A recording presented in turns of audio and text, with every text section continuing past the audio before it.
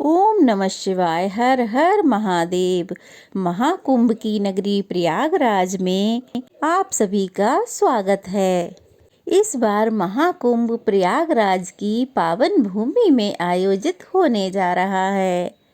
प्रयागराज में महाकुंभ में एक डुबकी लगाने से मनुष्य के जाने अनजाने में किए गए सभी पाप धुल जाते हैं, सभी पाप नष्ट हो जाते हैं तथा मोक्ष की प्राप्ति होती है। महाकुंभ का अर्थ है अमरत्व का मेला और कुंभ का अर्थ है कलश। सनातन धर्म में कुंभ का मेला प्रयागराज में या अन्य कहीं भी लगने का मतलब उसका अर्थ अमृत से है। सागर मंथन के समय सागर मंथन से निकले हुए अमृत कलश को असुरों से बचाने के लिए चंद्रमा ने अमृत को बचा लिया था और गुरु बृहस्पति ने कलश को छिपा लिया था तथा सूर्य देव ने कलश को फूटने से बचाया था। इसके बाद शनि देव ने देवराज के कोप से रक्षा की। इसीलिए जब इन ग्रहों का संयोग एक राशि में होता है तब महाकुंभ का आयोजन किया जाता है। इन ग्रहों की मदद से ही अमृत कलश की रक्षा हुई थी। इसके बाद भगवान श्री नारायण ने देवताओं को अमृत पान कराया था। तो इस बार 2025 में 13 जनवरी से लेकर 26 फरवरी तक 45 दिनों का महाकुंभ का मेला लगने वाला है। कुंभ में शाही स्नान का बहुत विशेष महत्व माना जाता है। शाही स्नान के दिन स्नान करने से सभी पापों से मुक्त होकर मोक्ष की प्राप्ति होती है। कुंभ का पहला शाही स्नान 13 जनवरी को है। प्रयागराज की पावन भूमि पर माँ गंगा, यमुना और अदृश्य माँ सरस्वती का संगम होता है, जिसे त्रिवेणी संगम कहते हैं। अब सवाल ये आता है कि 12 सालों में ही महाकुंभ क्यों आता है? तो हुआ यूं, समुद्र मंथन में जब समुद्र से 14 रत्न निकले तो सबसे बाद में अमृत कुंभ प्राप्त हुआ।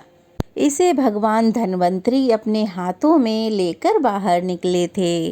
अब अमृत कुंभ बाहर आया ही था कि असुरों में होड़ मच गई। वे देवताओं से पहले इसे अपने अधिकार में ले लेंगे और पीकर अमर हो जाएंगे। राजा बलि की सेना में उनका एक सेनापति था जिसका नाम था भानु। वह जल, थल और आकाश तीनों ही जगह बहुत तेज गति से उड़ सकता था। उसने अमृत कलश को एक पल में ही धन्वंतरी के हाथों से छीन लिया और आकाश की ओर चल पड़ा। देवताओं के दल में इंद्र का पुत्र था जयंत।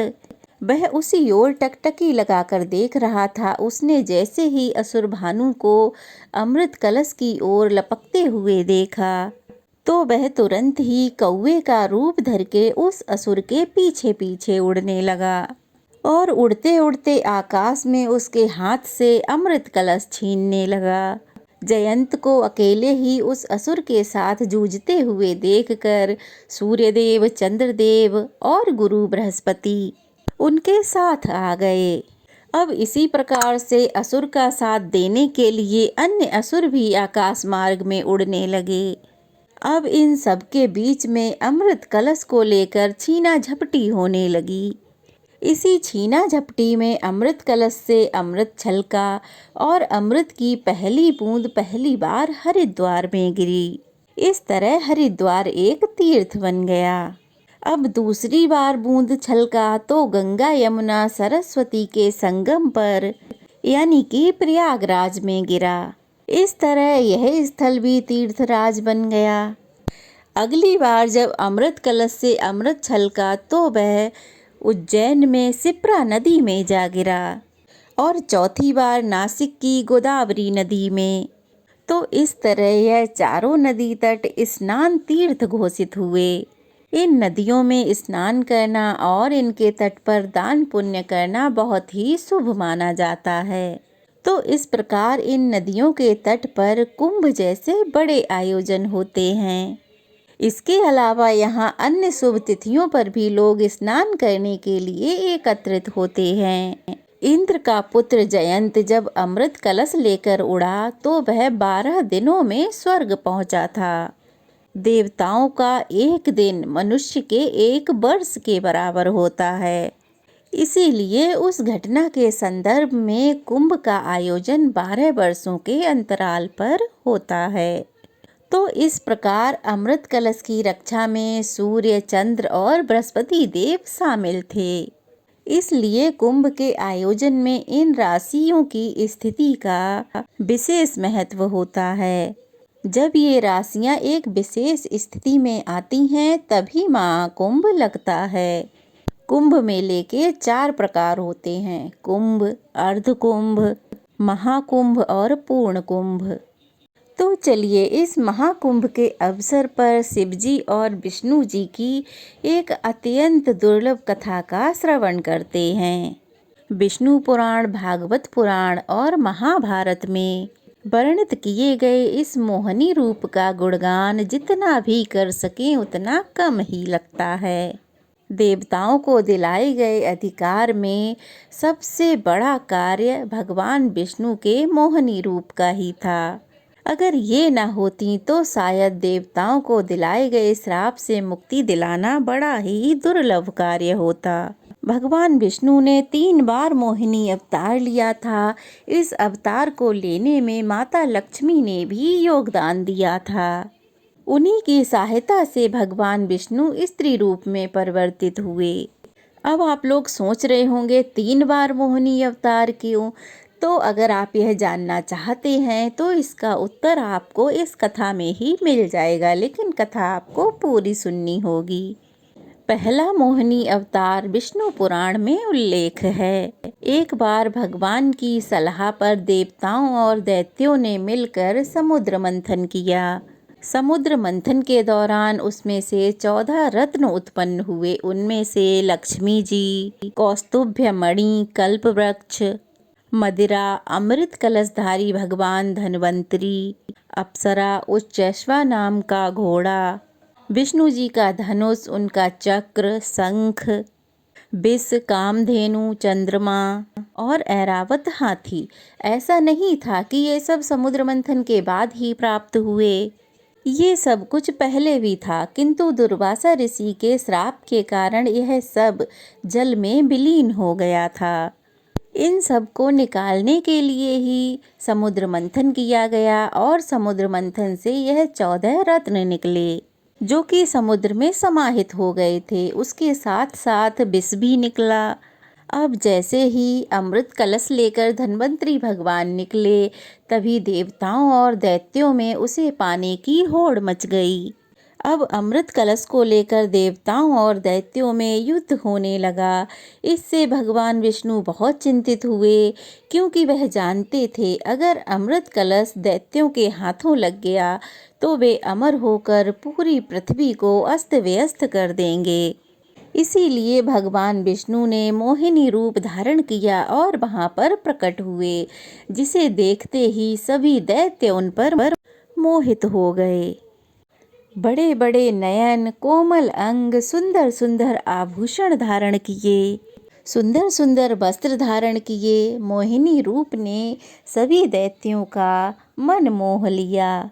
अब वे सब आपस का झगड़ा भूलकर उन देवी को ही देखने लगे। दौड़कर दैत्य उनके पास गए और पूछने लगे, हे देवी तुम कौन हो? हे देवी तुम क्या करना चाहती हो? देवी को देख देवताओं में, दैत्यों में खलबली मच गई। दैत्य पूछने लगे, हे देवी अब तक तो तुम्हें किसी ने स्पर्श भी नहीं किया होगा।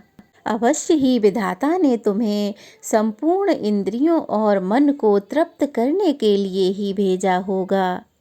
हे सुंदरी तुम हमारा झगड़ा मिटा दो और निष्पक्ष भाव से यह अमृत सब में बांट दो, जिससे हम लोगों का झगड़ा खत्म हो जाए। यह बात सुनकर मोहिनी रूप धारण किए भगवान श्री हरि विष्णु मंद मंद मुस्कुराने लगे। योग माया शक्ति के प्रभाव से तीनों लोकों में ऐसा कोई नहीं है जिसे अपने बस में ना किया जा सके। अब वो तो भगवान विष्णु थे। तीनों लोकों को अपने बस में करने में समर्थ मोहिनी रूपधारी माया ने कहा, मैं तो माया हूँ। आप महर्षि कश्यप की संतान हैं, आप मुझे न्याय का भार क्यों दे रहे हैं? बुद्धिमान पुरुष को स्वेच्छाचारी स्त्री पर कभी भी विश्वास नहीं करना चाहिए। अतः मैं स्वेच्छाचारी स्त्री हूँ। मोहिनी देवी की परिहास भरी वाणी से दैत्यों को और अधिक अस्वस्थ कर गई। अब तो दैत्यों को विश्वास हो गया कि यह स्त्री बहुत ही उत्तम है। उन्होंने अमृत से भरा हुआ कलश उसके हाथों में दे दिया। अमृत कलश हाथ में लेकर मोहिनी देवी ने कहा, अब मैं जो कुछ भी करूंगी वह सब तुम्हें स्वीकार करना होगा। उनकी माया से भरी हुई बातों को सुनकर दैत्यों ने देवी मोहिनी का प्रस्ताव मान लिया। मोहिनी देवी ने अगले दिन अमृत पान कराने की बात कही। अब अगले दिन सभी दैत्य स्नान कर अमृत पान करने के लिए एक पंक्ति में बैठे। देवता भी वहीं पर आकर बैठ गए। अब देवी मोहिनी बहुत ही सुंदर साड़ी पहनकर आईं। आंखें नसीली हो रही थीं, कलश के समान स्तन तथा गज सावक के सूंड के समान उनकी जंघाएं थीं। देवी के स्वर्ण नुपुर अपनी झनकार से सभी को मोहित कर रहे थे। सुंदर कानों में कुंडल थे तथा उनकी नासिका, कपोल तथा मुखारबिंद बहुत ही मनोहर थे। मोहिनी रूपधारी भगवान ने पहले देवताओं को अमृत पान कराया और दैत्यों के साथ छल किया। इसी बीच एक चतुर असुर मोहिनी का सच जान गया और वह देवताओं का रूप धारण करके देवताओं की लाइन में आकर बैठ गया। देवी मोहिनी ने जैसे ही उस दैत्य को अमृत पान कराया, अमृत की बूंद जैसे ही उसके कंठ में पहुंची, तभी सूर्य और चंद्रमा को इसका भान हो गया। उन्होंने तुरंत ही भगवान विष्णु को इस बारे में बताया तो भगवान विष्णु बहुत ही क्रोधित हो उठे और उन्होंने अपने सुदर्शन चक्र से उसका गला काट दिया। उसी दैत्य के सर और धड़ राहु केतु के नाम से अंतरिक्ष में स्थापित हो गए, जो कि सूर्य और चंद्रमा को अपना ग्रास बनाते रहते हैं। इसी को सूर्य ग्रहण और चंद्र ग्रहण कहा जाता है। अब भगवान विष्णु अपने रूप में आ चुके थे। अब भगवान विष्णु ने जब दोबारा मोहिनी रूप धारण किया, उधर जब शिवजी को पता चला कि देवताओं को अमृत पिलाने के लिए श्री हरि ने मोहिनी रूप धारण किया है, तब वे उस स्थान पर गए जहां भगवान श्री हरि निवास करते थे। वहां जाकर भगवान शिव ने भगवान श्री हरि की स्तुति की, वंदना की और स्तुति करते हुए कहा कि वे उन्हें अपने मोहिनी रूप का दर्शन कराएं। वे उनका मोहिनी रूप देखना चाहते हैं। तभी श्री हरि ने अपना मोहिनी रूप धारण किया और भगवान शिव को दिखाया। तभी एकाएक भगवान शिव एक फूल भरे बगीचे में पहुंच गए। वहां उन्होंने एक स्त्री को सुंदर सुंदर परिधान और आभूषण पहने हुए क्रीड़ा करते हुए देखा। उन देवी ने लज्जा भाव से मुस्कुराते हुए तिरछी नजरों से शिव जी की ओर देखा। फिर क्या था, कामदेव को भी भस्म करने वाले भगवान शंकर का मन उनके हाथों से निकल गया। शिवजी मोहिनी रूप को निहारने लगे। उनको निहारते निहारते वो इतना खो गए कि उन्हें अपने आप की भी सुध नहीं रही। वे मोहिनी देवी पर अत्यंत आकृष्ट हो गए थे। मोहिनी देवी भी उन्हें अपने प्रति आकर्षित जान पड़ी थीं। उनके हाव भाव से शिवजी का विवेक शून्य हो गया था तथा वे कामातुर हो गए। मानो कामदेव से परास्त होकर मोहिनी रूप धारण किए भगवान के पीछे पीछे दौड़ने लगे। पार्वती जी का ख्याल त्याग कर शंकर जी मोहिनी के पीछे लग गए। उन्होंने उन्मत्त होकर मोहिनी के केस पकड़ लिए। मोहिनी अपने बालों को छुड़ाकर भागी। शंकर जी फिर उनके पीछे पीछे दौड़ने लगे। उस समय जहाँ जहाँ शंकर जी का वीर्य गिरा, वहाँ वहाँ शिवलिंगों का छिद्र एवं स्वर्ण की खानें हो गईं। तब पश्चात ऐसा जान पड़ता है, जानकर भगवान शंकर अपने स्वरूप में स्थिर हो गए। तब भगवान श्री हरि ने प्रकट होकर शिवजी से कहा, हे रुद्र, तुमने मेरी माया को जीत लिया है। पृथ्वी पर तुम्हारे अतिरिक्त अन्य कोई ऐसा नहीं जो मेरी माया को जीत सके। तो चलिए अब जानते हैं भगवान विष्णु ने तीसरी बार मोहिनी अवतार क्यों लिया। इस कथा के अनुसार एक राक्षस भगवान भोलेनाथ की पूजा आराधना किया करता था। वह नित्य ही भगवान भोलेनाथ की देह पर रमाने के लिए भस्म लेकर आया करता था। एक बार भोलेनाथ प्रसन्न हुए और उन्होंने राक्षस से कहा कि वह कोई वरदान मांग ले। तब राक्षस ने कहा, मुझे आपके लिए भस्म का प्रबंध करने के लिए दूर दूर तक भटकना पड़ता है, इसलिए आप मुझे यह वरदान दें कि मैं जिस वस्तु पर हाथ रख दूं वह भस्म हो जाए। भोलेनाथ ने तथास्तु कह दिया। इससे वह राक्षस जिस भी वस्तु पर हाथ रखता वह भस्म हो जाती। इससे उस राक्षस का नाम भस्मासुर हो गया। वहीं दूसरी कथा के अनुसार भस्मासुर नाम का एक असुर था। वह सबसे शक्तिशाली असुर बनना चाहता था। एक बार उसने भगवान शिव को प्रसन्न करने के लिए कई वर्षों तक घोर तपस्या की, क्योंकि वह जानता था अगर वह भगवान शिव को प्रसन्न कर लेगा तो कोई भी वरदान उनसे प्राप्त कर सकता है। भस्मासुर की घोर तपस्या से भगवान शिव प्रकट हुए और उससे कहा, आंखें खोलो। जब असुर ने आंखें खोली तो अपने सामने भोलेनाथ को देखा और उनके चरणों में गिर पड़ा। अब भोलेनाथ ने कहा, मांगो, तुम मुझसे क्या मांगते हो। तो भस्मासुर ने अमर होने का वरदान मांगा, लेकिन शिवजी ने ये अस्वीकार कर दिया और कहा, यह तो प्रकृति के खिलाफ है। भोलेनाथ ने कहा, जो भी व्यक्ति जन्म लिया है उसे मरना तो जरूरी ही है, इसलिए तुम कोई अन्य वरदान मांग लो। उसके बाद बहुत सोचने के बाद भस्मासुर ने वरदान मांगा, हे प्रभु, मैं जिसके भी सर पे हाथ रख दूं वह भस्म हो जाए। तब भगवान शिव ने उसे यह वरदान दिया और तथास्तु कह के वहाँ से अंतर्ध्यान हो गए। अब तो भस्मासुर बहुत प्रसन्न था। वह कैलाश पहुँचा और उसने कहा वह अपनी शक्ति का परीक्षण करना चाहता है और वह यह परीक्षण भोलेनाथ पर ही करेगा। अब भस्मासुर शिवजी के पास जाने लगा। शिवजी यह देख आगे आगे दौड़ रहे, पीछे पीछे भस्मासुर दौड़ने लगा। अब भोलेनाथ ने मन ही मन भगवान विष्णु को याद किया। आगे आगे भोलेनाथ, पीछे पीछे भस्मासुर दौड़ते जा रहा था। तभी भस्मासुर की दृष्टि एक बहुत ही सुंदर स्त्री पर पड़ी। उसे देखते ही वह सब कुछ भूल गया और पूछने लगा, हे सुंदरी, तुम कौन हो। अब उस स्त्री ने गुस्से में कहा, आप तो किसी के घर आते जाते हैं नहीं और पूछते हैं कि वे कौन। महिला ने कहा, पहले तुम्हें बताना होगा तुम कौन हो। भस्मासुर ने कहा, मैं भस्मासुर हूँ। तब महिला ने कहा, ठीक है, अब तुम पूछ सकते हो कि मैं कौन हूँ। अब भस्मासुर ने पूछा, तुम कौन हो। तो सुंदर स्त्री ने कहा कि मैं मोहिनी हूँ। अब भस्मासुर ने मोहिनी से विवाह करने का प्रस्ताव रखा, क्योंकि वह मोहिनी पर मोहित हो गया था। यह सुनकर मोहिनी हंसी और चली गई। भस्मासुर उनके पीछे पीछे जाने लगा। धीरे धीरे उसने सब कुछ पूछ लिया, उसने बता दिया। अब मोहिनी ने कहा, मैं अपने माता पिता के साथ जंगल में रहती हूँ और पूजा के लिए कुछ फूल तोड़ने के लिए आई हूँ। भस्मासुर ने कहा, यदि तुम मुझसे शादी करोगी तब मैं तुम्हें हमेशा खुश रखूंगा, क्योंकि मोहिनी उदास लग रही थी। भस्मासुर जानना चाहता था कि मोहिनी दुखी क्यों है।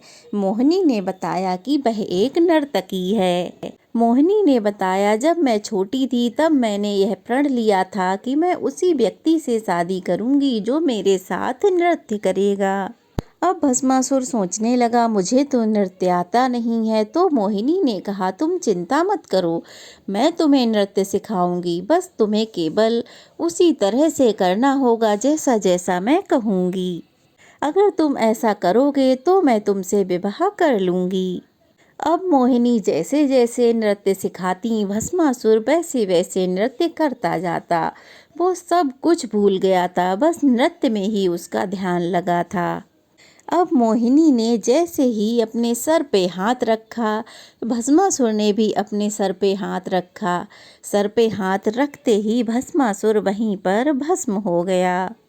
अब जब मोहिनी भस्मासुर की राख को देख रही थी, तभी वहाँ पर शिवजी प्रकट हुए और उन्होंने मोहिनी को धन्यवाद दिया। अब मोहिनी ने कहा, किसी की इच्छा पूरी करने से पहले उसके बारे में 2 बार अवश्य ही सोच लेना चाहिए। उसके बाद भगवान विष्णु अपने मूल रूप में वापस आ गए। तो यह थी भगवान विष्णु की मोहिनी रूप की, मोहिनी अवतार की कथा। कैसी लगी कमेंट बॉक्स में ज़रूर बताइएगा। अच्छी लगी हो तो वीडियो को लाइक करके शेयर कीजिएगा, कमेंट्स कीजिएगा, और अगर नए हैं तो प्लीज़ चैनल को सब्सक्राइब ज़रूर कीजिएगा। चलिए फिर मिलते हैं। ओम नमः शिवाय। जय श्री कृष्णा।